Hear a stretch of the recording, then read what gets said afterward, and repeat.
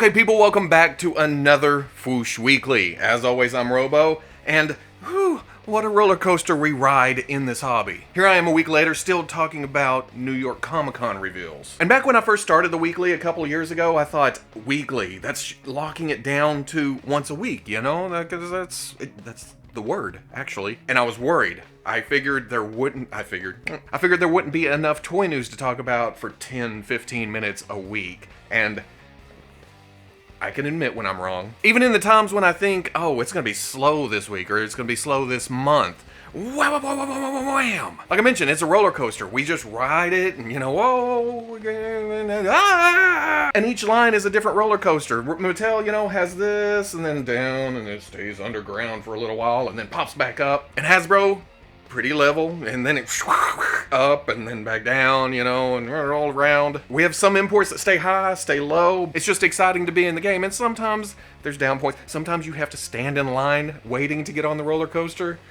Is this happening sometime today or this year? And sometimes on your favorite ride, you're just going out, and there's no line. You go right back onto the ride, just and I see some of you in, some of the cars behind me just sitting there. This ride sucks. Why am I even here? Because you're waiting for that next up, and then the exciting, and I say down, it's a metaphor for disappointment, but at the same time, that's the best part of the ride sometimes. But if you're still riding the ride, if you've ridden the ride and you know you hate it, why try a different roller coaster? Go to a different part of the park. But that's just me in the past couple weeks feeling my age, I guess you could say. Wondering what's next. Do I keep doing this?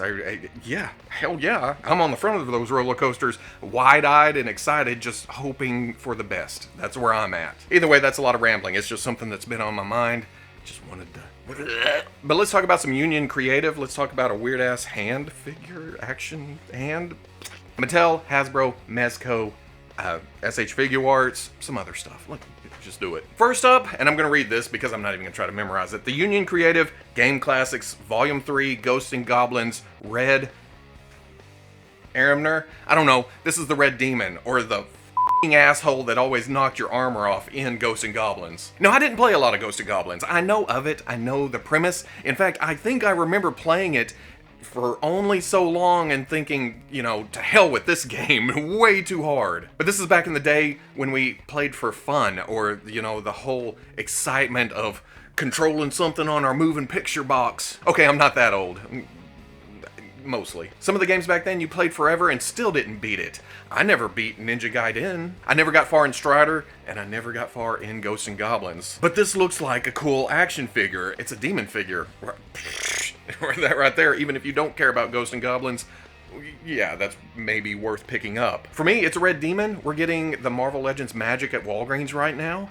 This could go with her. But that makes me want a Goblin Queen and Sim and Aster, or however you say their names back in Inferno. But it may be kind of smooth and cartoony for the Marvel Legends line for some. If it doesn't fit there, it kind of has a Filmation look to it. Maybe you want to put it in your Masters of the Universe. Have Beastman giving it commands, or just, just sitting on the shelf somewhere. Either way, no accessories, but it looks packed with articulation. It looks like it can move around. Maybe not the wings so much. They're kind of stuck on the back, but even the mouth opens. It's a little shorter than 6 inches, costs $57, and will ship in March. This came across my desk this week. I don't know from what show or where it was shown, but Veeb sent me this on Facebook, and I thought, what in the hell is this? It's the S.H. Figuarts Handcun. Why an action figure of a hand? Hey, guess what? I have one of those, and I have the much sought after variant left too. It just seems like a dumb concept to me.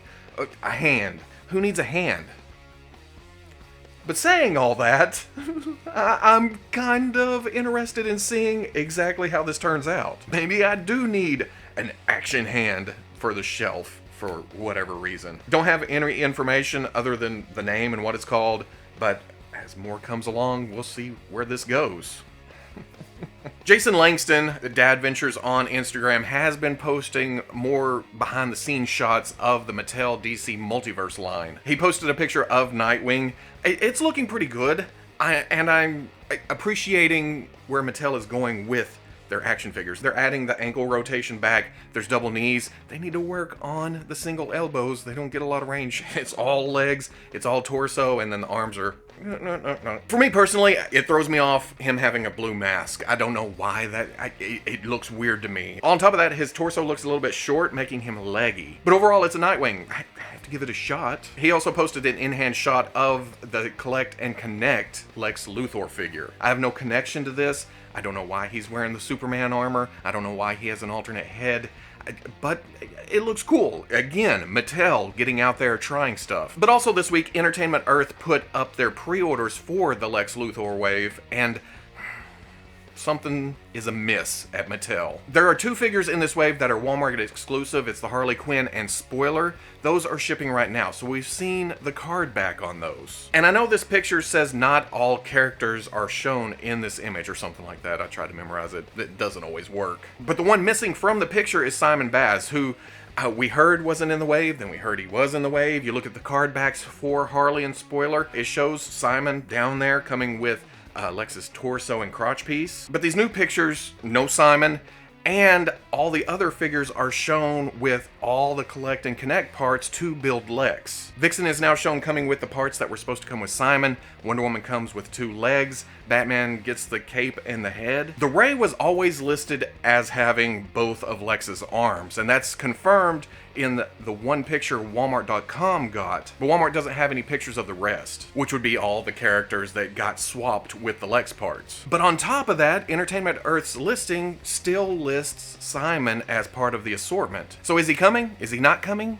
What are you paying for when you pre-order this case? They also put pre-orders up for the Lobo wave, which is Kyle Rayner, Green Lantern, Kid Flash, Batman Beyond, and Kingdom Come Superman. Once again, not all characters shown in image, but Lobo's torso piece is missing. So I'm guessing that comes with the Kingdom Come Superman, who is also missing. And then the listing shows 2 of each character coming in this case. So you essentially get 2 Lobos per case, which is great for retail. You know, you're not left with peg warmers, missing some parts. But why not send out promotional pictures of the Kingdom Come Superman to finish out the pictures that sites already have? Was it too late to change the card back on Spoiler and Harley? Why is the information still showing Simon in that assortment? Mattel, we want to like you. We really, really do want to like you. It seems you are stepping up your game. It does seem you're listening, but somewhere between the team working their asses off to make prototypes and choose characters and make little tweaks and changes to make the figures better, somewhere between there and all the way to the factory, or somewhere from the factory to the store, there's somebody just in there just... You need to get rid of the gremlins. You need to make a stance on the line and go on from there. You need to get stuff shipped out on time. It needs to show up in all stores at the same time. I know that's over on the retail level, but you make it hard. Mattel makes it hard to like them. Marvel Legends news later on at New York Comic Con. I know we talked about some of the reveals last week's weekly, but now we've seen package shots of Deadpool with his Vespa. Looking amazing. It looks like Dogpool is riding the Vespa away. Deadpool's chasing it. It's good use of the space inside the box size that we're already used to with this line. You get Squirrelpool, you get a couple swords. There is a little assembly required on the Vespa, and then up in the corner, there is Bob, Agent of Hydra's head. Also package shot of Professor X with the hover chair. Professor X looking great. It comes with Cerebro. I don't know if the telepathy effect up on top is removable or not. I've heard it is, but in the package it's odd to put it right there on the helmet. Maybe it's just plugged in, you unplug it. Yeah. Has the Shadow King head hanging out in the package. And then this one also says some assembly required. You think? Again, the box that we're used to with this line, they had to split the hover chair in half and put it on the sides. Then you have the cushions at the bottom and the little blast effect underneath to hold it up. I've heard some people say this is going to leave a seam line in it, but they've always shown it with that seam line down the middle. I wish it was a solid piece, but it wasn't a eye-drawing seam line. And those should be out early 2019, spring or something like that. Also, here's the digital sculpt of Corvus Glaive from the Marvel Legends line. Fwoosh Forum member Chan is a freelancer and did the sculpt for Marvel. I love seeing this kind of stuff, the gray scale. It gives you a chance to appreciate the actual sculpt before, you know, the plastic, the paint, all that kind of stuff. Sticking with Marvel for a moment, here is the Mezco 1/12 Collective Marvel Cable. We've been seeing this several months at shows. I think it was Toy Fair and then definitely San Diego. And it kind of surprised me. I wasn't even expecting it to go up that day, but around noon, He was like, hey, order Cable. And I was like, oh, okay. I like the mix of realism with the comic book character that Mezco gives us a lot of the time. Yeah, his arms look a little bit skinny. He looks a little broad, but he's wearing armor.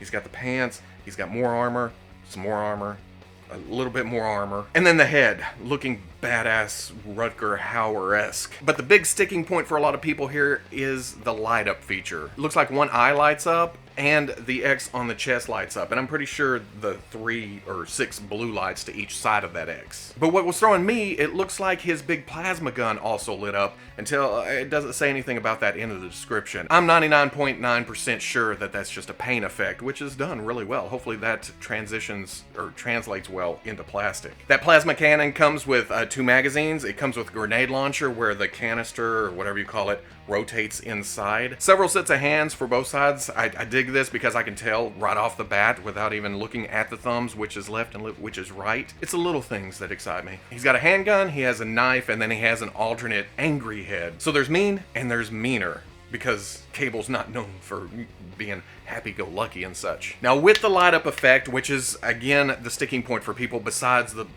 I don't like action features, it also adds to the price, unfortunately. The price gets raised to $100, and he starts shipping sometime between May of 2019 and 2035. Hopefully sometime before I die. We've seen it at several shows. They snuck it out. Bandai likes to do that. Say, hey, we have a prototype for this. Meh, too bad.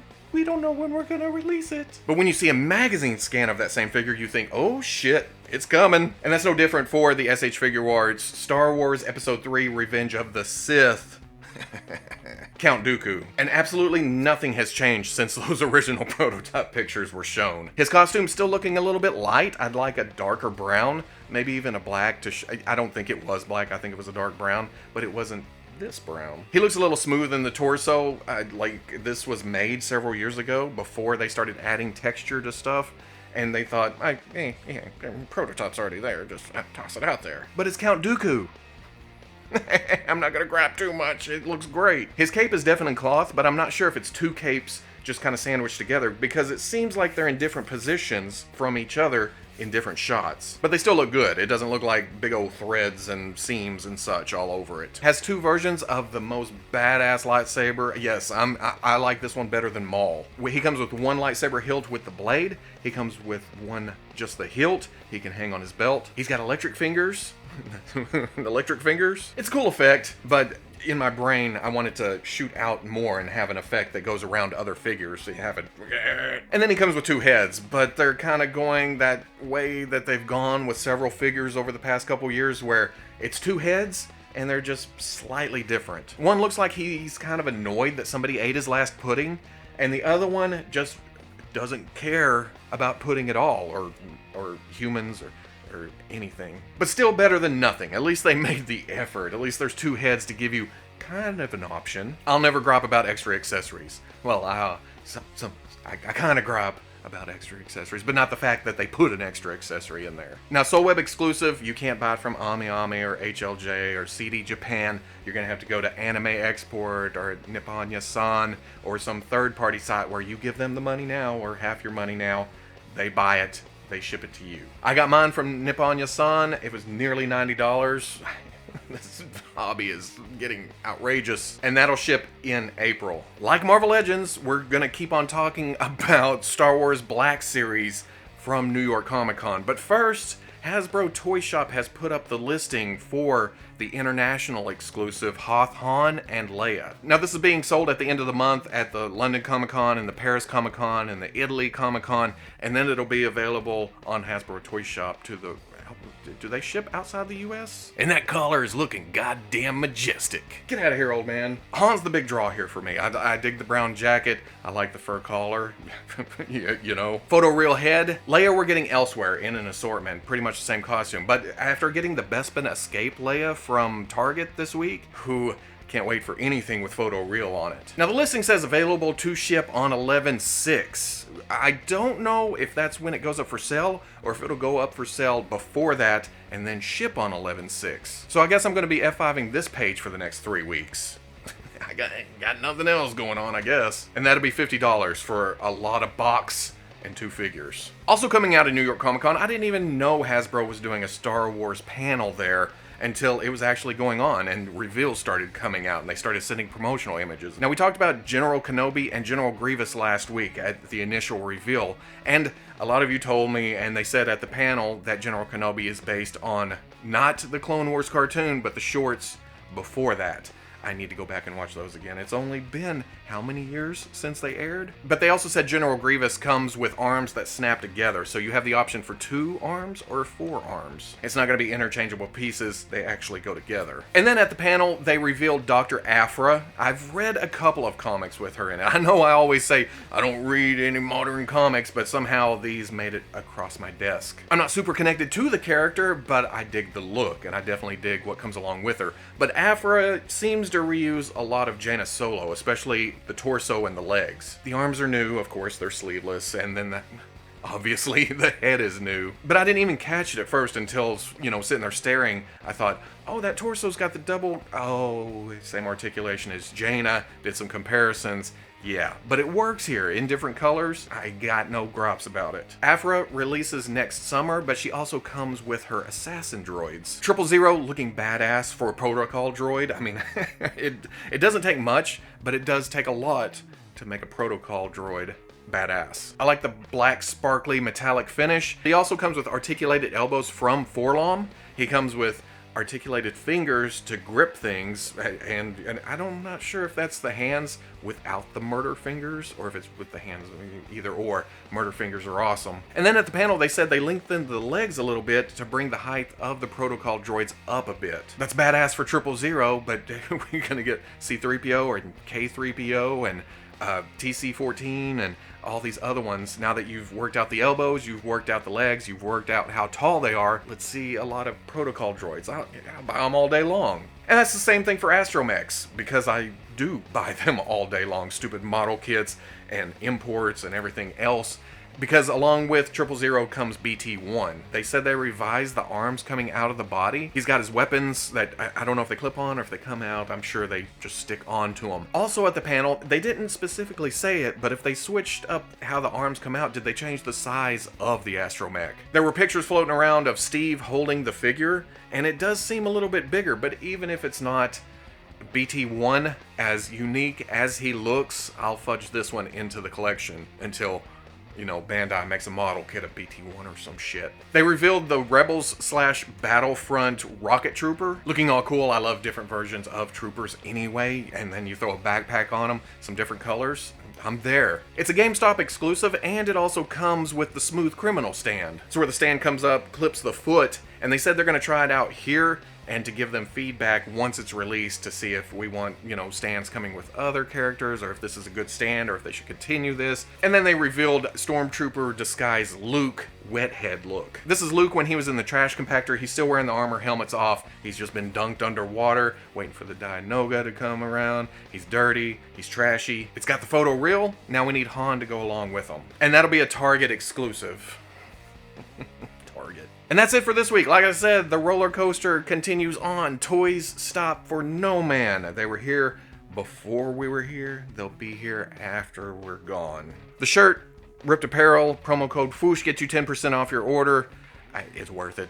That's where I buy all my shirts anymore, because they're so damn cool. Like I said, at the end of the month, London Comic Con, Paris Comic Con, Italy Comic Con. I think there's a show in Japan going on at that same time. More toys. I can't wait. But until then, if you enjoyed the weekly, comment, like, subscribe. I'll catch you on the Fwoosh.